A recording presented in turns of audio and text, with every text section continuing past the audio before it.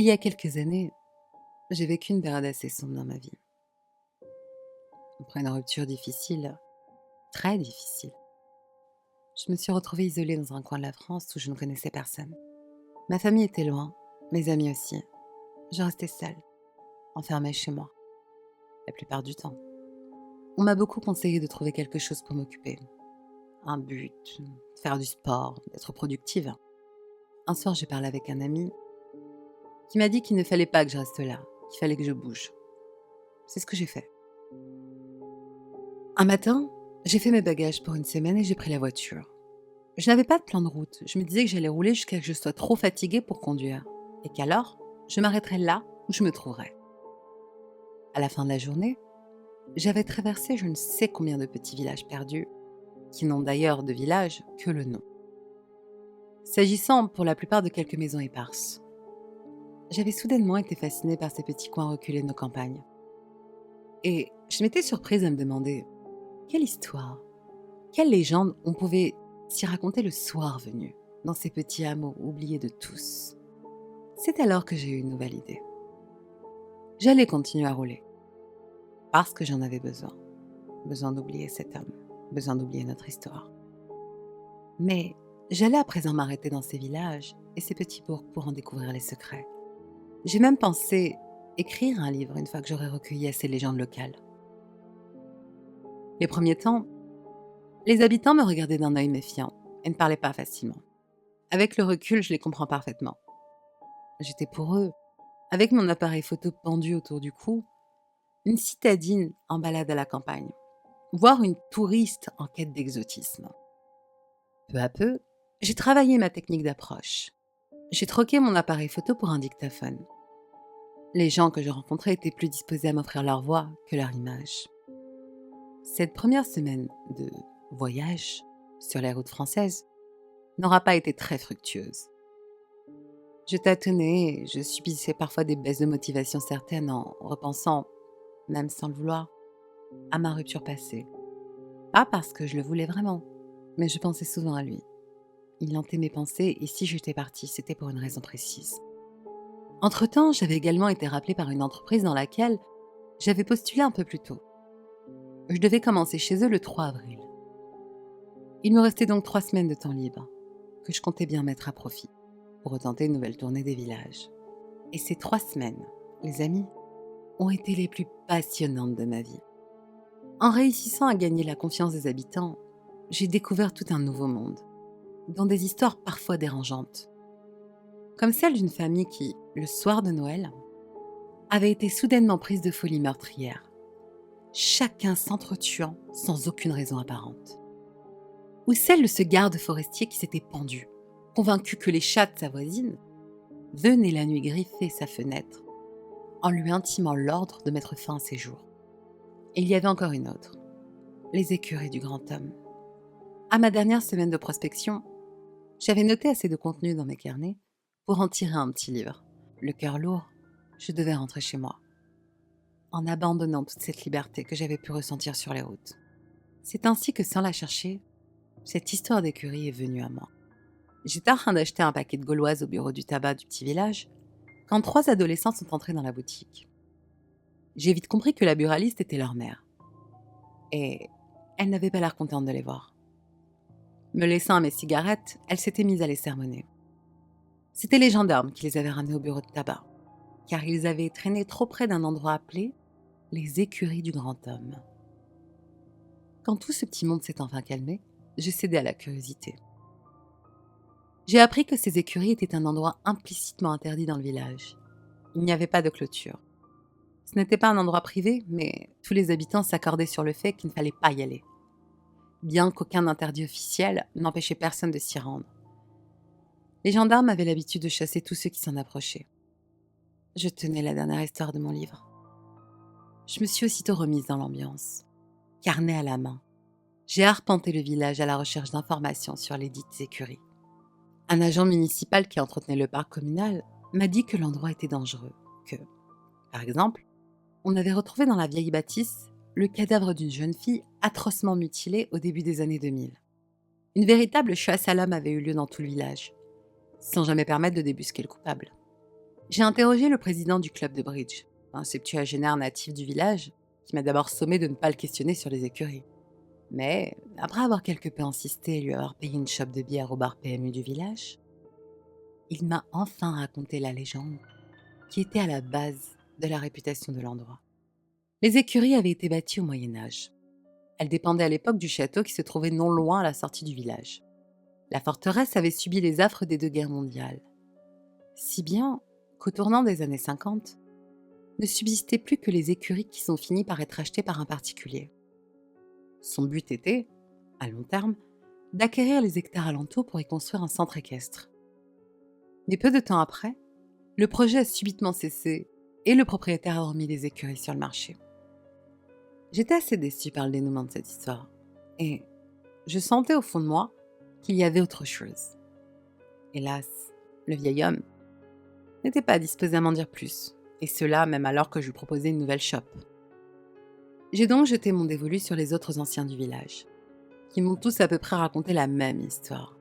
La création des écuries au Moyen-Âge, leur acquisition par le mystérieux propriétaire dans les années 1950, et la disparition tragique de la jeune fille au début des années 2000. Malgré tout, j'avais toujours l'impression qu'on ne me disait pas l'entière vérité. Que s'était-il passé entre les années 1950 et les années 2000 ? Lorsque j'évoquais la question, on me répondait par des haussements d'épaules ou des regards fuyants. J'étais prête à abandonner lorsque je suis tombée, presque au hasard, sur une vieille dame qui marchait au bord de la route, en cueillant des orties. J'ai tenté ma chance et je suis allée droit au but. Que s'était-il passé entre l'abandon des écuries et la disparition de la jeune fille ? Comme je le pressentais, il était bien arrivé quelque chose. Après le départ hâtif du propriétaire, les écuries étaient restées quelque temps à l'abandon avant d'être achetées par un habitant du village qui avait fait fortune en vendant des tracteurs. Il avait passé un temps fou à retaper la vieille bâtisse. Il l'avait fait presque tout seul. Le travail fini, il était ensuite allé acheter des chevaux et envisageait même d'ouvrir un ranch où les visiteurs pourraient se payer des balades à cheval. Alors que son projet allait bon train, une nuit, l'habitant a reçu la visite d'un homme immense, qui dépassait le haut de la porte de moins 3 têtes. L'étrange visiteur lui a alors parlé d'une voix caverneuse et ancienne. « Donnez-moi une de vos bêtes pour satisfaire ma soif. » La vieille dame a tenté de l'imiter, et, durant un instant, elle a paru presque convaincante, si bien que des frissons parcoururent ma peau. Dans la suite du récit, le propriétaire effrayé s'est empressé de refuser et a claqué la porte au nez du grand homme. La vieille dame s'est empressée de reprendre sa voix grave à ce passage. « Alors je les prendrai toutes. » À ces mots, le géant s'est éloigné dans les ténèbres. Le propriétaire, tremblant, s'est rué sur son téléphone pour prévenir la gendarmerie. Mais alors qu'il allait taper le numéro, il a entendu des hennissements. Ses chevaux hurlaient de terreur. Leurs cris terribles parvenaient jusqu'à lui comme si on les abattait devant sa porte. Ils étaient si forts, si assourdissants, qu'il est tombé au sol et s'est recroquevillé dans un coin, les mains sur les oreilles. Quand le silence est revenu, il a rampé jusqu'au téléphone et a enfin appelé les secours. Quand ils sont arrivés, ils ont découvert un spectacle macabre. Les écuries étaient maculées de sang. Les bêtes atrocement mutilées. Des têtes coupées, des mâchoires arrachées, des pattes brisées. Les portes n'avaient pas été forcées. Elles avaient été ouvertes comme par magie. Désemparés devant une telle vision, les gendarmes ont emmené avec eux le propriétaire qui n'a plus jamais été revu par la suite. Je ne savais pas quoi dire. J'étais à la fois effrayée et sceptique.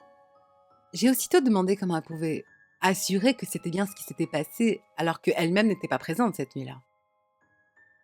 Elle m'a dit qu'elle ne pouvait pas en être sûre, mais que c'était en tout cas ce que le propriétaire lui avait raconté au poste de gendarmerie où elle travaillait à l'époque. De plus en plus intriguée par cette affaire, j'ai demandé à cette dame si la maison qu'il avait habitée existait toujours. Et à ma grande surprise, elle était toujours debout, non loin des écuries. J'ai laissé cette vieille femme à ses orties et je suis montée dans ma voiture. Le soleil était bas dans le ciel. Si je partais maintenant, je pouvais encore être chez moi avant la tombée de la nuit. Mais l'idée du retour me paraissait insupportable. Rentrer chez moi, c'était revenir dans cette vie morne et sans goût que je m'étais bâtie avec les années. C'était me rendre compte que j'étais désormais seule, sans lui. Sans vraiment penser, j'ai agi. J'ai mis le contact, mais au lieu de tourner vers l'autoroute, je suis partie vers la forêt à la sortie du village, vers les écuries du grand homme.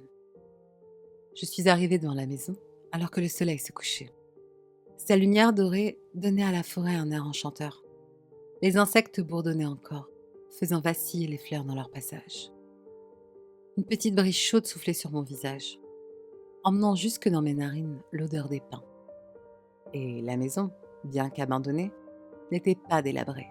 Au contraire, elle était même presque en bon état. Quelques carreaux avaient été brisés, mais je ne constatais aucune autre dégradation. Tout lieu abandonné de la sorte aurait normalement été tagué de partout, mais pas celui-là. En fait, la bâtisse était en si bon état que j'ai presque failli frapper à la porte avant d'entrer. L'intérieur n'était pas aussi bien conservé que la façade, mais ce n'était pas non plus trop vétuste. Il y restait ça et là des restes de meubles, de vieilles photos de famille et même des emballages de nourriture. Je me suis assise sur un tabouret dans la cuisine et je me suis surprise à trouver cet endroit étonnamment reposant. Il y régnait un silence relaxant, uniquement brisé par la brise légère qui soufflait au dehors. Je me suis penchée sur la table à manger et j'ai posé ma tête au creux de mes bras. Bêtement, je me suis endormie. Ces 3 semaines sur les routes, aussi agréables qu'elles avaient pu être, avaient été épuisantes. Lorsque je me suis réveillée, j'étais congelée. Nous étions en mars. Et même si les journées étaient douces, les nuits gardaient leur fraîcheur de l'hiver passé. J'ai immédiatement regardé ma montre qui affichait 23 heures. J'avais dormi 3 heures dans une position assez inconfortable. Et mon dos ne manquait pas de me le rappeler. Je me suis levée et j'ai regardé autour de moi. L'ambiance avait changé du tout au tout. Le silence que j'avais trouvé apaisant plus tôt dans la soirée était devenu oppressant. L'air avait lui aussi quelque chose d'étrange. Je ne saurais pas comment le décrire proprement avec des mots, mais je dirais qu'il semblait épais. Chaque inspiration était laborieuse, comme si l'oxygène peinait à se frayer une voie jusque dans mes poumons. Les murs étaient éclairés par la lueur pâle de la lune qui faisait ressortir toutes leurs imperfections. Ils semblaient couverts de pustules et de creux. Dehors, le silence était total. Le vent ne se donnait même plus la peine de mouvoir la cime des pins qui restaient immobiles, plantés là, m'observant de toute leur hauteur. Je n'avais clairement pas prévu de passer la nuit ici, et ce n'était toujours pas au programme. Sans savoir pourquoi, je me suis précipitée vers la porte d'entrée. Dans ma hâte, je n'ai pas prêté attention à l'ombre gigantesque qui remontait l'allée en direction de la maison. À vrai dire, je ne l'ai remarqué que lorsqu'elle a commencé à gravir les escaliers qui menaient à la porte d'entrée. Le son lourd des pas qui faisait grincer les marches m'a ramené à la réalité. Je me suis immobilisée, alors que j'essayais de rationaliser tout ce qui se passait. Je ne pouvais m'empêcher de repenser aux histoires que m'avaient racontées les villageois. J'ai reculé jusqu'à ce que mon dos heurte le mur. Puis j'ai fermé les yeux et j'ai compté jusqu'à 3. Quand je les aurais rouverts, tout aurait disparu. En fait, j'étais sans doute en train de rêver et j'étais encore assoupie sur cette table. 1, 2, 3. 3 coups ont fait trembler la porte. Une silhouette immense s'est penchée au carreau, semblant regarder à l'intérieur. Je me suis collée au mur comme si je pouvais m'y fondre. L'ombre a contourné la porte d'entrée et a regardé de même à la fenêtre du salon. Dépourvue de carreaux, elle offrait une meilleure visibilité.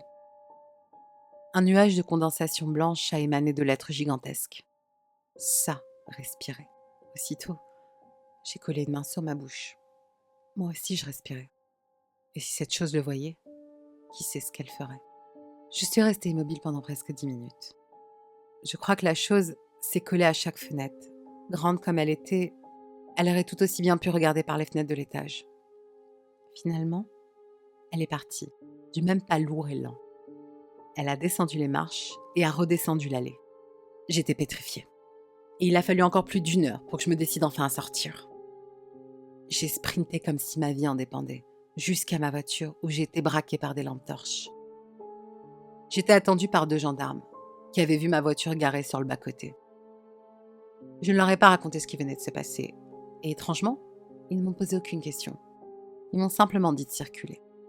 Avant de rentrer dans sa voiture, Un des gendarmes a braqué sa lampe sur la maison et m'a jeté un regard étrange. Aujourd'hui, je pense qu'il était effrayé. J'ai roulé toute la nuit et lorsque je suis arrivée chez moi, je me suis effondrée sur mon lit, habillée. Par la suite, je me suis juré de ne plus jamais parler de cette histoire. Je suis une personne plutôt sceptique et il m'a fallu du temps avant d'accepter ce qui s'était passé. Je ne suis parvenue à aucune explication. J'ai pourtant retourné la situation dans tous les sens, mais certaines questions me hantent encore. Que se serait-il passé si cette nuit-là, cette chose m'avait vue? En fait, peut-être même qu'elle m'avait vue. Était-ce le fameux grand homme? Au final, je n'ai pas écrit mon livre. Mon nouveau travail me prend beaucoup de temps et j'ai fini par égarer puis oublier mes notes.